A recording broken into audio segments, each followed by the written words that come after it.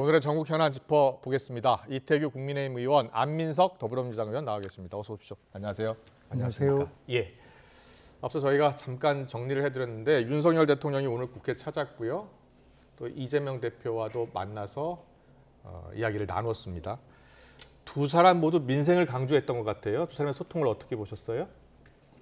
뭐 두 분이 아마 긴밀한 얘기는 할 수 없는 장소예요. 그런 그러니까 공개적이고 합니다. 또 여야 지도부가 다 모이고 또 오부 요인도 같이 있었기 때문에 막 의례적인 첫 만남이었는데 저는 그것이 여럿이든 뭐 개인이든 간에 어쨌든 대통령과 야당 대표가 자주 얼굴을 이렇게 마주 볼 수 있는 거 이거 자체로도 저는 큰 의미가 있다고 보고요. 저는 이제 그런 계기들이 좀 더 많이 만들어졌으면 여야 간의 정치가 조금 원활하게 가지 않겠는가. 그리고 또 싸울 때 싸우더라도 우리가 어떤 공존의 영역, 교집합의 영역을 우리가 좀 많이 만들어가는 거 그런 정치를 지금 국민들께서 기대하고 계시는 것 아닌가 이렇게 저는 생각을 합니다. 그런 의미에서 오늘 뭐 대통령께서 시정연설 들어가기 전에 민주당이 또 지난번에 여야 대표 간의 어떤 약속을 사실 어기고 또 피켓팅을 했지만 그래도 저는 그 오늘 본회의장에서 대통령의 시정연설을 잘 경청해주고 또 일부 의원들은 그렇지 못했지만 어쨌든 대통령께서 야당 의원들한테 일일이 찾아다니면서 다 악수를 청하셨거든요.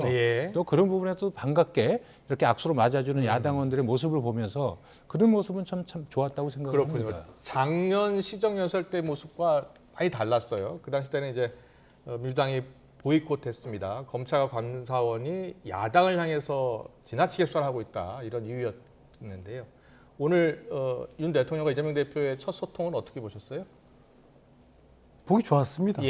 그리고 정치라는 게 전쟁은 전쟁이되 총칼 없이 말로 하는 전쟁이지 않겠습니까? 특히 지금 경제가 굉장히 어렵습니다. 영수가 만나야죠. 근데 이제 정식적인 만남 대신에 오늘 이제 대통령께서 국회 오신 기회에 자연스러운 만남이 이루어졌고 이재명 대표도 이제 최소한의 이제 예우를 갖추면서 하실 말씀 한 것 같아요. 근데 단지 대통령의 시정 연설에서 아쉬운 점은 여전히 대통령께서 변하지 않았구나. 그 연설 내용 중에서 본인의 하고 싶은 이야기만 하시고 자아자찬만 하시고 정작 국민들이 듣고 싶은 이야기는 많이 부족했다라는 생각이 많이 듭니다. 부족했다. 물가 민생 안정 최우선에 두고 총력 대응할 것이다라는 이야기를 했고요. 어떤 내용이 더 포함됐어야 한다고 보시는 거예요? 왜냐하면 첫째로 경제 인식에 대해서 근거 없는 내년 낙관도 말씀하시고 지금의 이 위기를 제대로 인식하지 못하고 계신 것 같아요. 두 번째로 복지 예산에 있어가지고 사회 서비스 예산을 삭감을 해놓고서 사회적 약자를 보듬겠다고 말씀을 앞뒤가 좀 안 맞는 말씀이죠. 민주당에서는 지금 예산을 더 늘려야 한다. 늘리는 게 아니라 써야 한다는 근본적으로 이 좀 예산에 관점을 바꿔야 된다는 입장인데요. 특히 R&D 예산 같은 경우에는 90% R&D 예산 삭감된 분야가 34개입니다. 그런데도 불구하고 대통령께서는 시정연설에서 첨단 산업을 육성하겠다. 이것이 앞뒤가 안 맞는 말이죠. 특히 마지막으로 이 민생 경제를 보살피겠다. 앞으로 이 말을 믿는 국민들은 별로 없을 듯합니다. 그런데 오늘요, 민주당 내에서는 시정연설 사전 환담에 참석할지를 놓고서 의견이 분분했다고 하더라고요. 맞습니까? 참석하지 말자라는 의견도 있었습니까?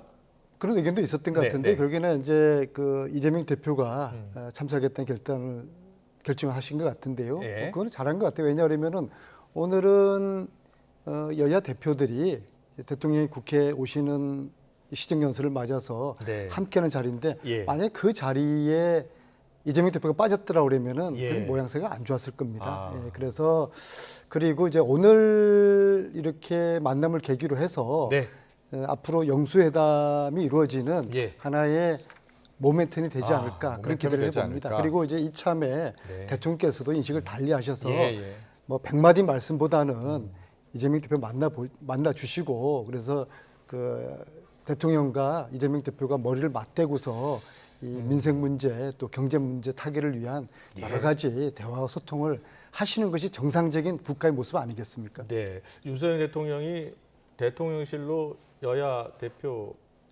이렇게 초청을 해서 소통하는 자리를 마련할까요? 뭐 저는 뭐 이제 그럴 시간과 기회도 있지 않겠는가 이렇게 생각이 좀 들고요. 아, 예. 금방 이제 안민석 의원님 말씀하신 것처럼 저희가 예산을 하는 데 있어서 네.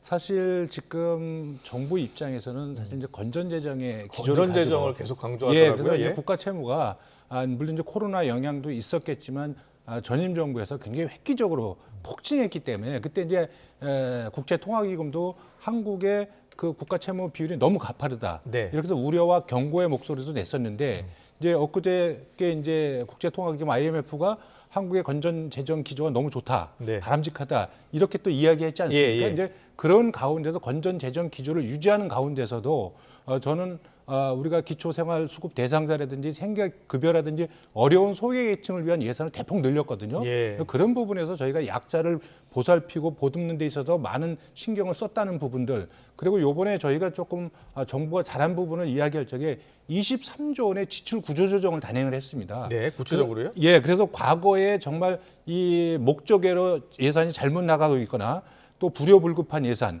또 지출에 있어서 비리가 있었던 이런 부분을 다 뜯어 고쳐가지고 이 예산을 다 모아서 23조 원이라는 새로운 예산을 만들어서 그 부분을 소외계층하고 미래 성장 동력에게 투자를 하고 있습니다. 네. 이런 부분은 국내 세금을 정말 제대로 아껴서 투명하게 집행하고 있다는 전 좋은 사례라고 보거든요. 네. 그런 만큼 정부가 건전 재정과 함께 정말 예산을 한 푼도 허투루 쓰지 않겠다고 하는 이런 노력을 적극적으로 기울이고 있다. 이 말씀을 좀 드리고 싶습니다. 네.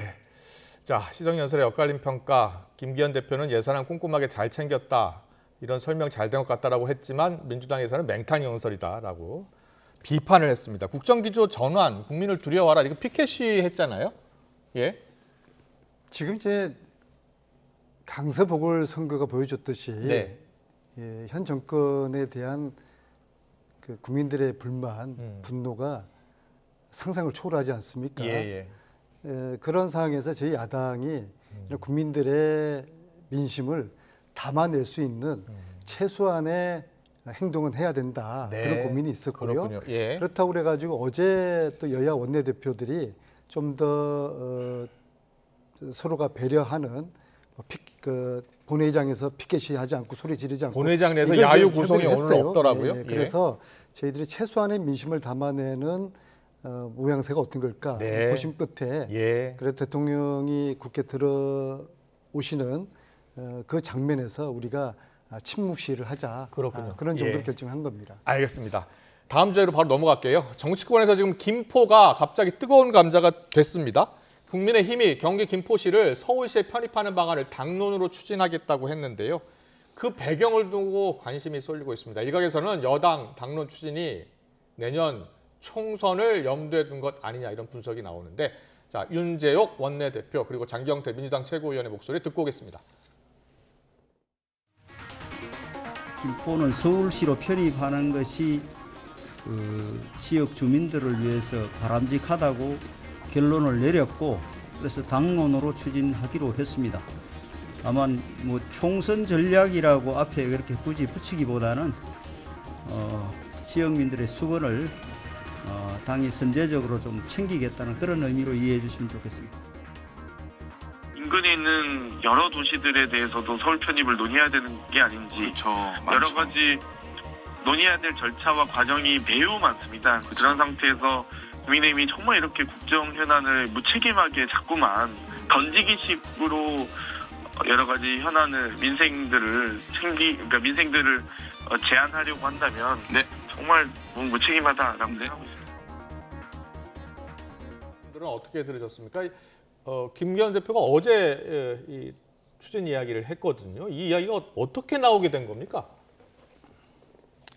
저희가 수도권 대책의 일환으로 예. 수도권의 교통난이라든지 뭐 여러 가지 대책의 일환으로 고민하고 있는 것이 있었고요. 이게 과거부터 고민했던 거라는 그렇습니다. 겁니까? 예. 그래서 제가 알기로는 아마 그 김포에서도 예. 상당 부분의 많은 분들이 김포의 서울 편입 이 부분을 주장을 해왔고 또 요청을 해왔던 걸로 알고 있습니다. 그래서 네. 이 행정구역 통합이라는 부분이 실질적으로 김포 시민들의 주민의 편익을 얼마나 높일 수 있을 것인가. 예. 그리고 김포시의 어떤 중장기 도시발전 계획 차원에서 네. 서울시로 편입되는 부분이 타당하고 맞는 것인가에 대한 논의와 건의들이 있어 왔고요. 예, 예. 여기에 대한 아마 전문가들의 판단을 거쳐서 어제 김기현 대표가 이제 지금 그 김포주의 가장 큰 문제가 그 골드라인으로 대표되는 이제 그 지옥철 같은 그 문제 아닙니까? 예, 예. 그런데 이제 교통 문제 해결을 하는 과정 속에서 네. 이것이 이제 서울 편입으로 가는 것이 김포의 주민들의 편익을 위해서 바람직하다고 하는 그런 결론을 아마 말씀을 드렸던 것 같고요. 야, 절차가 어떻게 되는 거예요? 그러면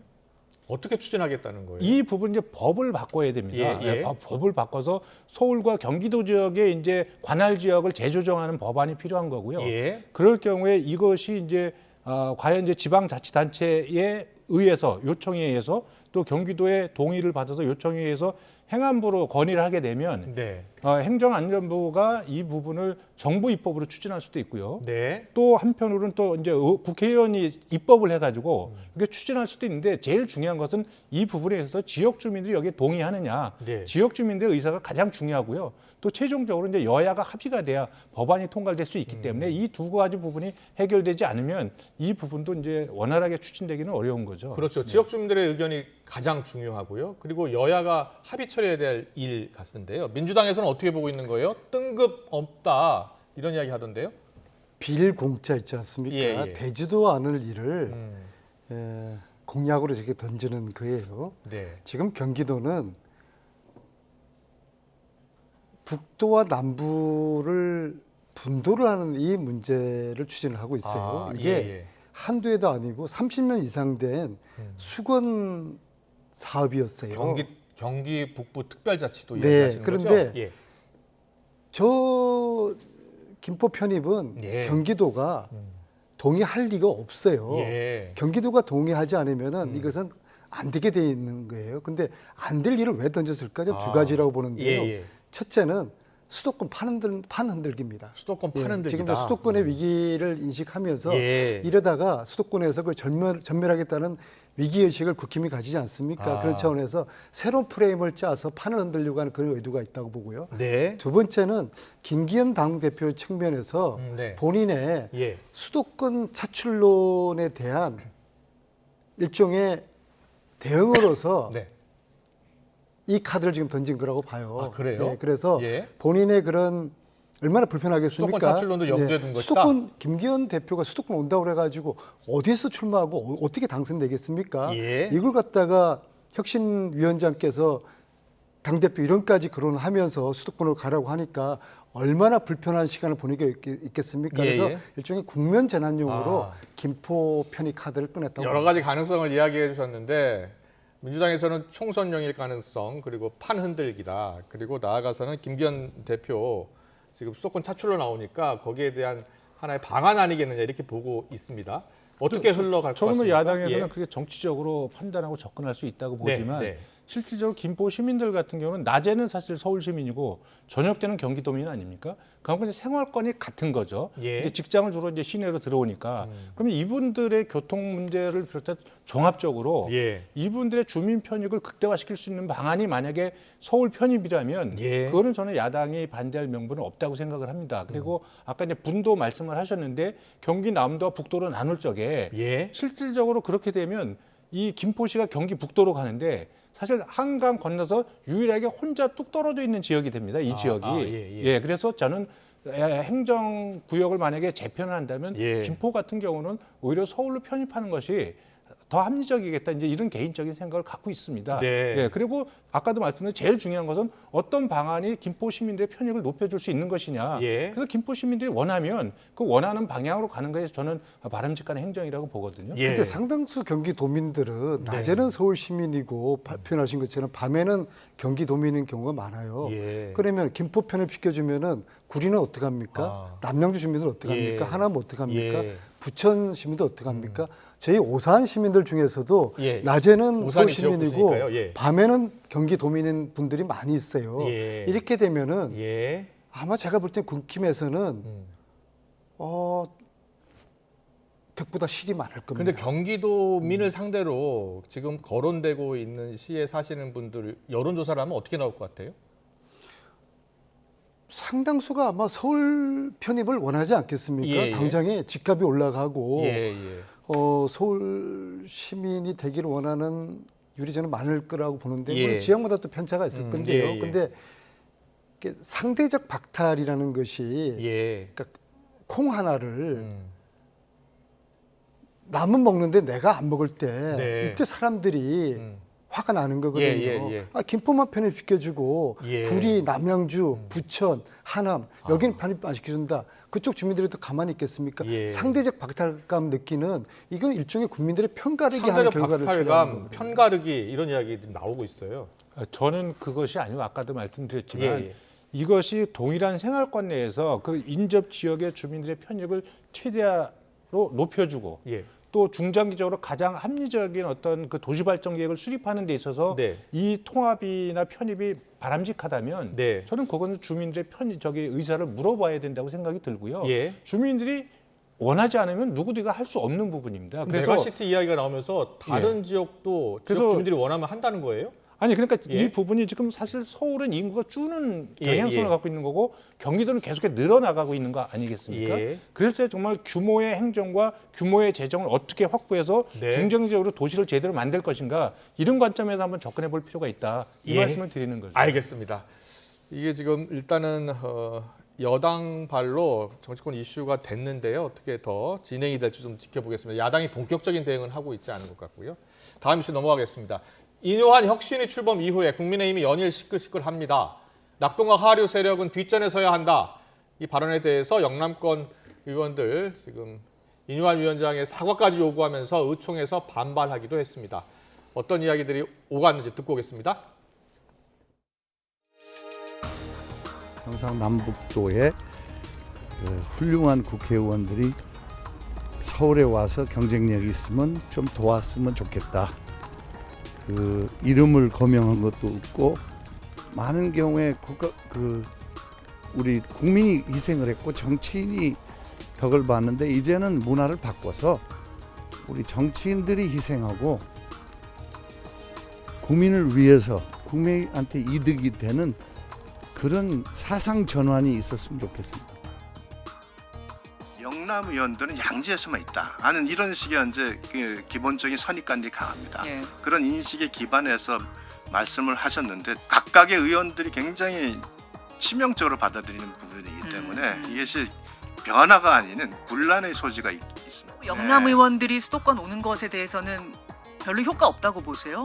과거에 이제 시도를 했었던 부분이 있었죠. 네. 있었는데 그러나 결국 성공한 사람이 한 분도 없습니다. 네, 지금 국민의힘 의원 111명 가운데 절반인 56명 영남권이고요. 이 가운데 3선 이상 찾아봤더니 16명 됩니다. 대구에서는 5선의 주호영 의원 있고요. 3선의 윤재혁 의원도 있죠. 지금 지도부가 공식 입장은 밝히고 있지 않은 거죠. 그렇습니다. 예. 어떻게 지금 이 혁신의 안이 나왔고 이 안을 이제 지도부가 받아들일지 여부를 결정해야 되는데 혁신의 정권을 준 상황 아닙니까? 근데 저는 일단 이 문제를 접근하는 방식에 있어서 영남의 중진들이 당을 위해서 내가 수도권으로 나가서 직접 뛰겠다. 예. 뭐 이 부분이 어떻게 보면 이제 헌신과 희생인데요. 네. 이 헌신과 희생의 첫 번째 조건은 자발성입니다. 네. 내가 스스로 한번 하겠다 이제. 그리고 이 영남 지역은 내가 좋은 후배들한테 물려주고 내 스스로 나가야 되는데 저는 이제 인효한 혁신위원장님의 취지는 굉장히 좋습니다만 네. 이미 인효한 위원장님이 그렇게 말씀하신 순간 이건 이제 강제 차출이 되는 거거든요. 억지로 가는 거죠. 예. 억지로 끌려나가는 겁니다. 영남에서 수도권으로. 네. 그리고 억지로 끌려나가는 후보가 수도권의 유권자한테 어떤 설득력을 가질 수 있을 것인가. 이 부분에 대해서는 회의적이라서. 혁신위에서 얘기하지 않으면 자발적으로 수도권에 가겠다고 하는 의원들이 얼마나 되겠습니까? 그러니까 이 일을 어떻게 만드느냐, 예. 어떻게 접근해서 이것이 저는 이제 그 당이 가진 혁신의 역량이라고 보고요. 예. 이 부분에 대한 공감대, 이런 혁신의 동력을 아래로부터 어떻게 만들어낼 것인가를 먼저 만들어 놓고 이 부분을 접근했어야 되는데 지금 이제 상향식으로 내려 꽂는 겁니다. 예. 그래서 저는 이제 이뇨한 위원장님께 하고 혁신위원들이 우선 현장에서 우리 당원들 얘기부터 좀 먼저 들어봤으면 그럼 당원들이 여러 가지 요구들이 있습니다. 이 요구들을 기반으로 해서 이런 혁신 방안들을 추진해 나갔다면 저는 당내 분란이 있을 수 없죠. 근데 지금 좀 반대로 돼 있다. 그래서 분란이 있을 다음에 수도 당 있겠다. 이야기지만 제가 좀 한 말씀 네, 드릴까요? 이제 말씀드리려고 했어요. 여쭤보려고 했어요. 지금 5선이시잖아요. 네, 영남 중진들의 수도권 착출론. 겉으로 볼 때는 혁신적인 발상인 것처럼 보이고 판 흔들기 효과가 일정 정도 있다고 봅니다. 그러나 현실적으로 가능하지 않는 이야기를 저는 하는 겁니다. 첫 번째 이유가요. 영남에서 누가 와야 될 거 아닙니까? 와봤자 죽을 건데 누가 사지로 오겠습니까? 올 사람이 없어요. 두 번째로 그 배경은 용산 출신들이나 검찰 출신들을 영남에 꽂기 위한 그런 포석이 깔린 거 아닌가. 세 번째로 수도권에 준비하고 있는 지금 후보자들이 있어요.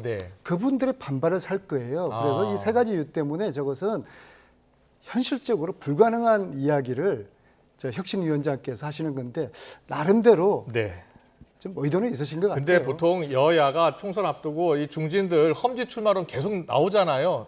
야당에서도 민주당에서도 나왔던 얘기고요. 또 나올 수 있는 얘기 아닙니까?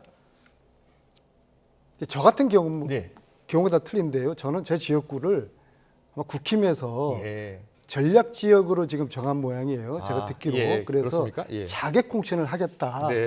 그러니까 어떤 분이 올지 제가 기다리고 있는 중입니다. 네, 알겠습니다. 오늘 정치권 이슈는 여기까지 들어야 될 것 같습니다. 지금까지 이태규 국민의힘 의원, 안민석 민주당 의원과 함께했습니다. 잘 들었습니다. 고맙습니다. 감사합니다.